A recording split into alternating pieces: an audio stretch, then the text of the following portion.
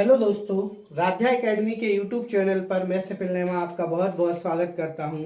आज का टॉपिक है कक्षा 11वीं से रदरफोर्ड का परमाणु मॉडल। आप लोगों के लिए ये मॉडल मैं लेके आया हूं। ये वीडियो कैसी लगी रही है आपको, आप जरूर कमेंट में बताएं हमें। और यदि इसके अलावा भी आपको कोई रिक्वायरमेंट है तो आप ज़रूर कमेंट बॉक्स में लिखें, मैं आपकी रिक्वायरमेंट पूरी करने की कोशिश करूँगा। अब आता है रदरफोर्ड परमाणु मॉडल है क्या। ठीक, तो रदरफोर्ड एक ऐसे व्यक्ति थे जिन्होंने दूसरा परमाणु मॉडल बनाया और नाभिक की खोज करने का श्रेय इन्हीं को दिया गया था। नाभिक मतलब न्यूक्लियस। जैसा कि मैं आपको थोड़ा सा बताने जा रहा हूं इसके बारे में, फिर मैं इस मॉडल को क्लियर करूंगा। ये मैं आपके सामने परमाणु की संरचना बनाने जा रहा हूं, तो आपको ये बीचों बीच जो दिखाई दे रहा है इसे हम नाभिक कहते हैं, जिसकी खोज रदरफोर्ड भाई साहब ने की थी अपनी। ठीक, और आजू बाजू जो दिखाई दे रही हैं इन्हें हम ऊर्जा स्तर बोलते हैं, जिसे हम कक्षा का नाम दिया गया है। इसकी खोज नील्स बोर ने की थी, आप ये याद रखें। अब एक्चुअल रदरफोर्ड ने कैसे खोज की ये भी आपको यहाँ पर पता चलेगा, उसके बारे में बताने जा रहा हूँ। सबसे पहले नंबर परमाणु मॉडल की परिकल्पना हमारे जे थॉमसन, इलेक्ट्रॉन के जो आविष्कारक हैं हमारे, ठीक, तो उन्होंने इसकी खोज की थी। ठीक, तो जे थॉमसन के परमाणु मॉडल में कुछ कमियां थी। उन कमियों को दूर करने के लिए रदरफोर्ड ने एक परमाणु मॉडल बनाया जिसे रदरफोर्ड का परमाणु मॉडल कहते हैं। उन्होंने सबसे पहले नंबर एक गोल सोने की गोल्ड फॉयल, जिसे हम बोलते हैं इंग्लिश में गोल्ड फॉयल, सोने की पतली पन्नी ली, जिसकी मोटाई 100 नैनोमीटर थी। ठीक, और उन्होंने इस पन्नी पर पूरे पर क्या की, धन आवेश को वितरित कर दिया। और धन आवेश को वितरित करने के पश्चात उन्होंने जो अल्फा कण, भारी धन आवेश जो अल्फा कण होते हैं,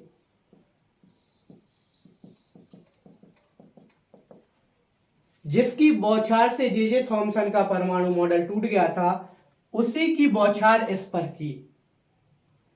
तो उन्होंने देखा कि कुछ कण इस पन्नी को पार करके सीधे निकल गए, देख सकते हैं आप। तो इससे यह सिद्ध हुआ कि इस स्थान पर कोई भी आवेश उपस्थित नहीं था, अर्थात खाली जगह थी। इसलिए कोई भी जब ही निकल सकता है जब खाली जगह होगी। ठीक, कुछ कण अपने मार्ग से विचलित हो गए। इससे यह सिद्ध हुआ कि इस स्थान पर कोई धन आवेश उपस्थित है। और उसके बाद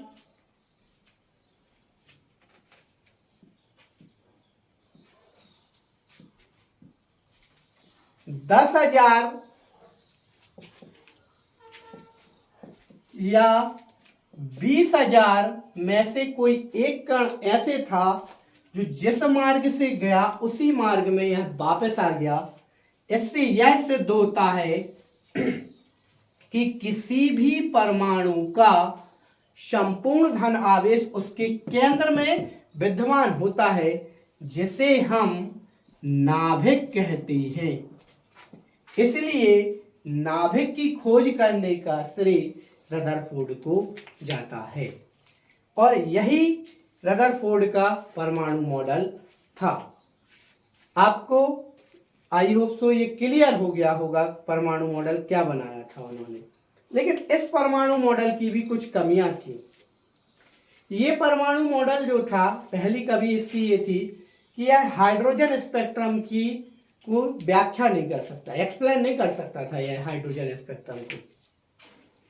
ये कमी तो जे थॉमसन के परमाणु मॉडल में थी।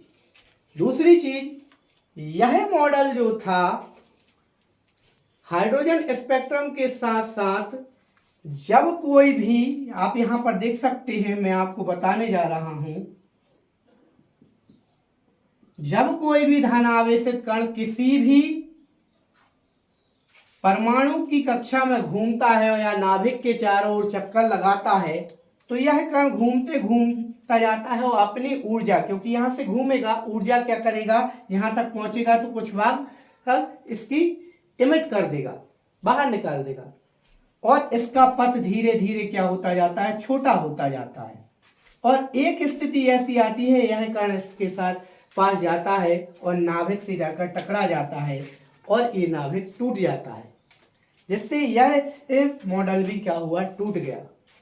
ठीक, आपको यह मॉडल कैसा लगा, आपको ये इसमें सारी चीजें क्लियर हुई होंगी ऐसा मैं सोचता हूँ, और यह मॉडल आपको क्लियर हो गया होगा। यदि इस मॉडल में आपको कोई प्रॉब्लम हो तो वीडियो को 1 से 2 बार रिमाइंड करके देखें, आपको क्लियर हो जाएगा। Okay, all the best, thank you.